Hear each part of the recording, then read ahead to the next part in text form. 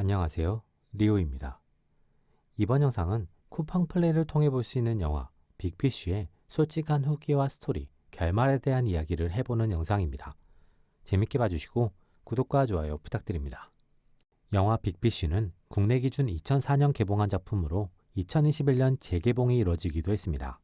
드라마, 판타지, 로맨스 장르의 작품으로 런타임은 125분, 등급은 12세 이상 관람가입니다.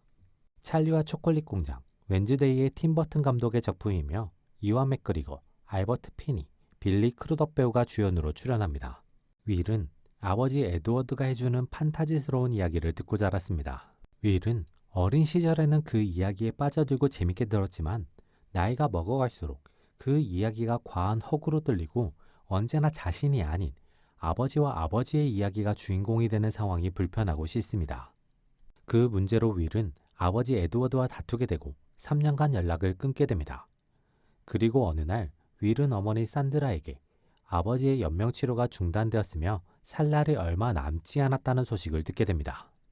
윌은 임신 중인 아내 조세핀과 함께 아버지를 만나러 가게 됩니다.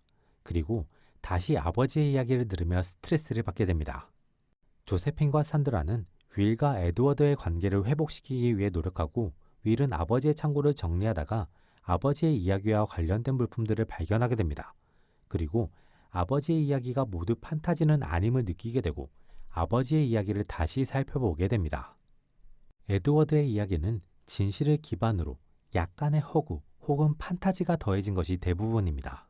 거인의 경우 실제로 사람의 평균 키보다 훨씬 큰 인물이었으며 샴 쌍둥이는 평범한 쌍둥이였습니다. 서커스 단장과 변호사는 외형이 일치했지만 늑대 인간이 아닐 뿐 평범한 인간이었습니다. 제니 역시 실존 인물이고 제니가 10살 차이나 나는 에드워드를 좋아했으며 그녀가 살고 있는 마을의 이름은 유령마을이었습니다. 에드워드가 군대를 가게 되면서 산드라와 멀리 떨어지게 된 것도 진실이었고 다양한 인물들에게 호감을 얻으며 영업과 사업에서 성과를 얻은 것도 진실이었습니다. 에드워드의 이야기 중 가장 큰 거짓은 마녀를 만나 자신의 죽음의 순간을 보았다는 것입니다.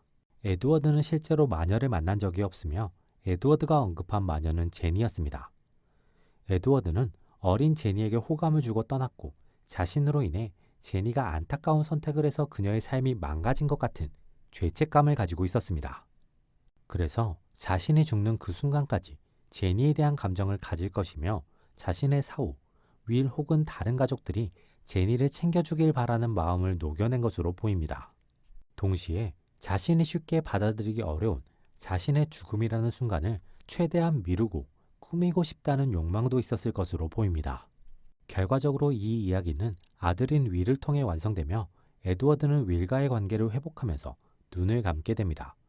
윌은 아버지가 자신에게 판타지를 전달한 이유를 깨닫게 되며 자신 역시 아이에게 판타지를 전달하게 됩니다. 두 번째는 윌의 탄생과 관련된 이야기입니다. 에드워드는 외부 활동으로 인해 윌의 탄생의 순간을 함께하지 못했다는 미안함을 가지고 있었습니다. 그래서 윌의 탄생을 자신의 마음을 담아 멋지고 위대한 순간으로 포장하고 싶었습니다.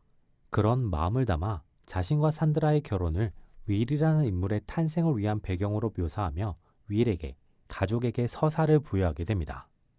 영화 빅피쉬를 나름대로 평점해보자면 100점 만점에 75점으로 할 수 있겠습니다. 영화 빅피쉬는 매력적인 이야기와 판타지가 어떤 감정과 새로움을 가져다 주는지를 전달하며 어른들에게 이야기, 판타지가 필요함을 전달합니다.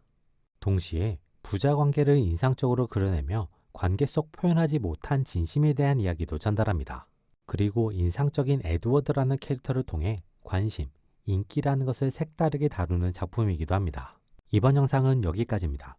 재밌게 보셨길 바라며 구독과 좋아요 부탁드립니다.